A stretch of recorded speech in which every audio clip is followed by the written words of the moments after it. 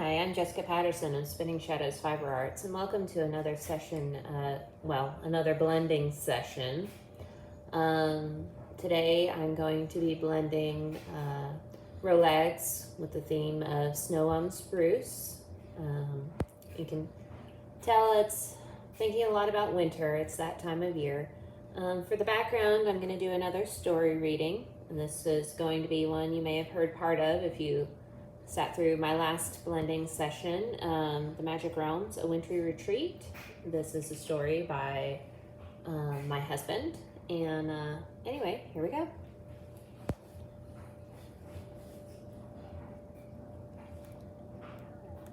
Patterson of Spinning Shadows Fiber Arts. And today I wanted to do something a little different.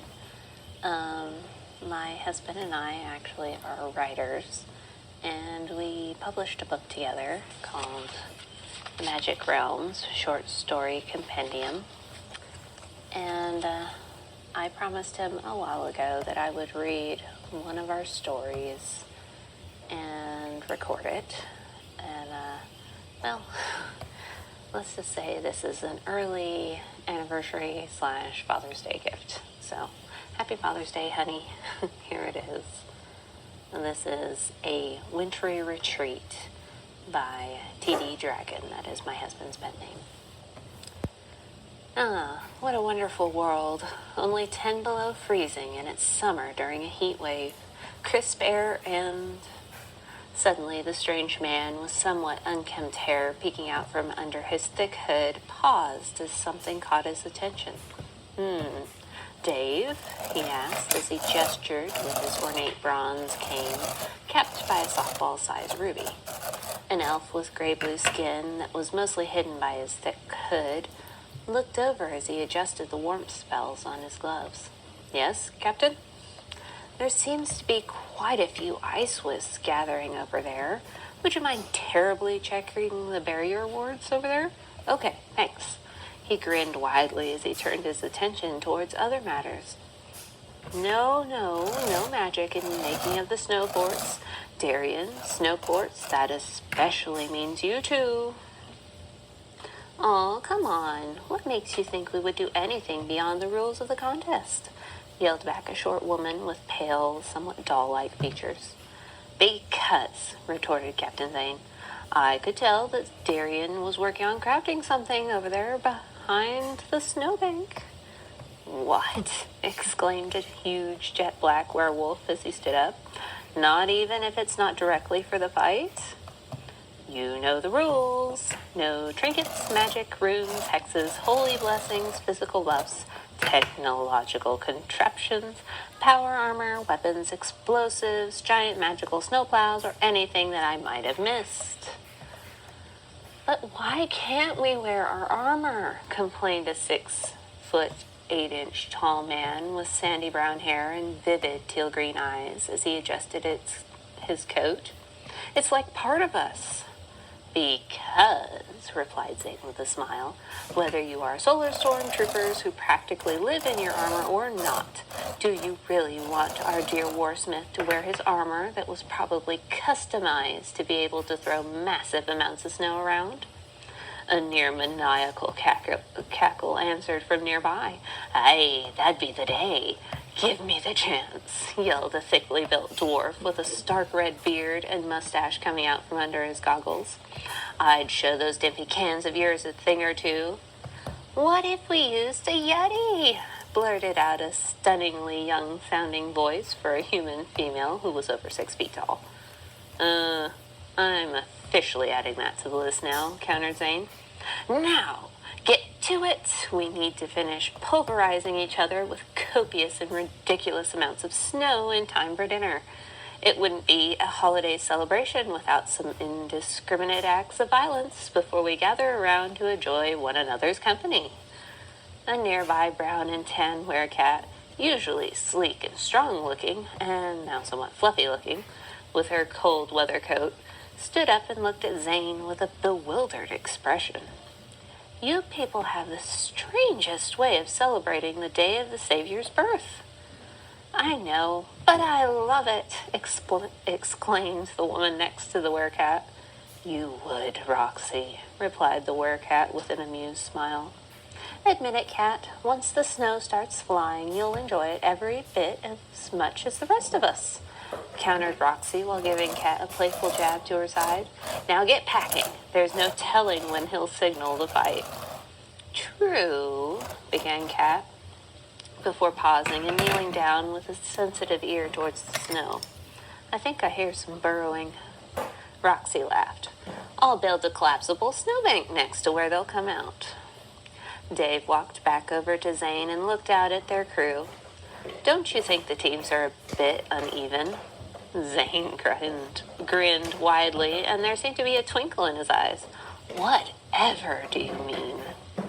We've got the super soldiers on a team together, 2 battle mages on another, one of which is a huge werewolf, another battle mage working with an enhanced werecat, a crazy warsmith dwarf that vanished into a snowbank and doesn't seem to be on anyone's side, 2 rogues that are who knows where, a variety of capable casters grouped together, and the rest of the crew spread between the different teams. If just one person breaks the no magic rule, it will be total chaos.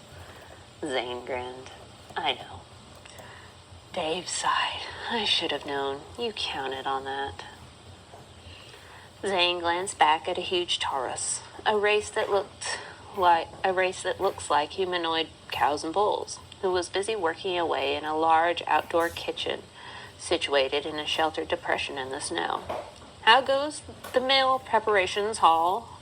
Good, yelled Hall in reply. The drink warmers are working perfectly, and the enchanted plate should keep food from getting cold too quickly when it's served. Perfect. Zane eagerly watched the preparations. The Battle Mage Heavy team was largely focused on making an impressive tiered snow fort and was taking full advantage of Darian's size and ability to move large amounts of snow at a time.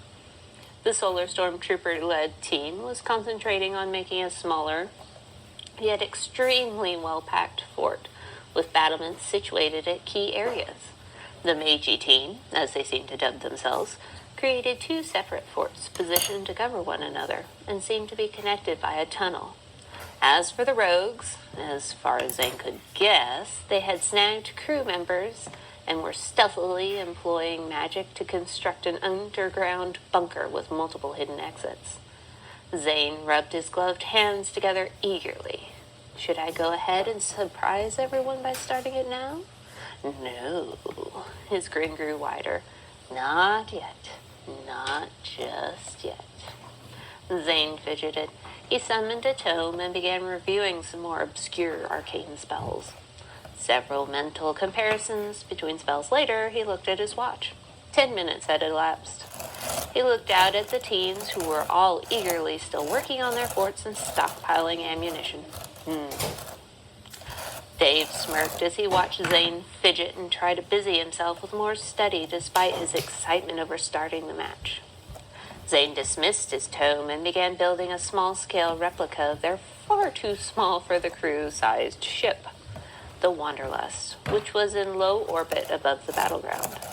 Upon completing that, he smirked and began creating a scale representation of a full-grown Valerian, a spaceborne race similar in appearance to massive space whales in their true forms.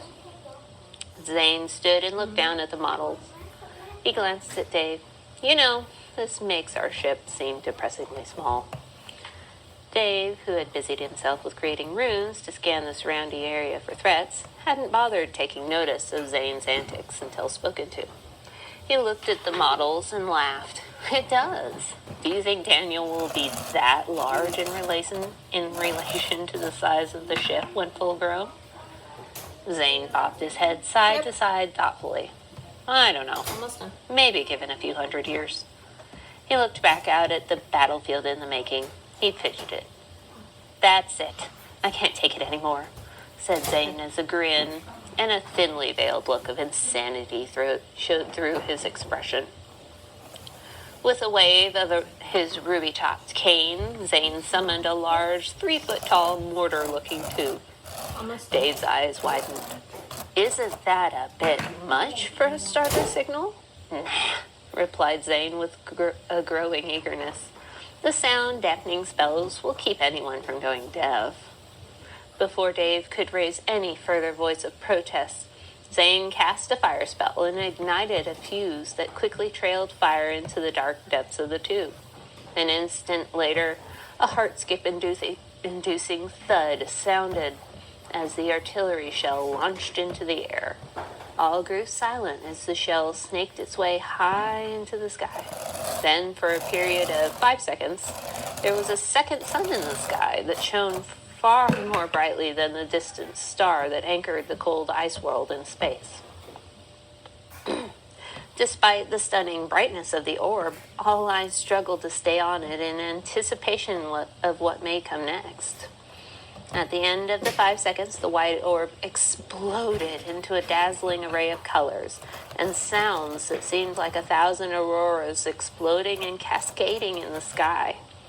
Even Zane was in awe, and he had known fully what to expect.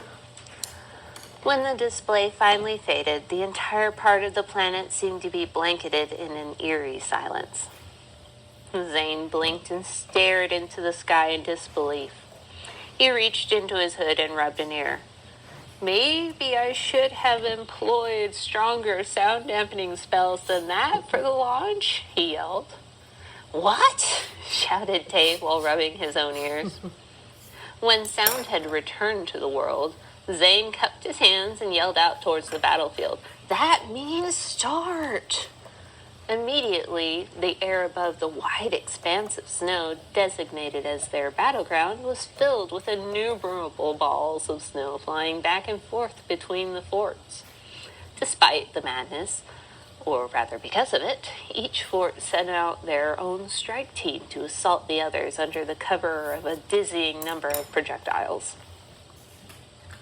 4 solar storm troopers demonstrated their skill by scooping up handfuls of snow and throwing them with unerring accuracy, while still maintaining their charge towards Fort Battlecaster. Darian was weathering any and all resistance as he charged Fort Meiji while carrying a massive 4-foot-in-diameter snowball, with snow quartz and a support team following closely behind. A group charged out from both parts of Fort Meiji in answer to the advancing werewolf. Meanwhile, And that was blending session number 3. Thank you for watching. If you want to hear the rest of the story, head on over to my playlist, Storytime with Shadow, where I have all 3 of my current story readings available for you to listen to. Anyway, have a great day.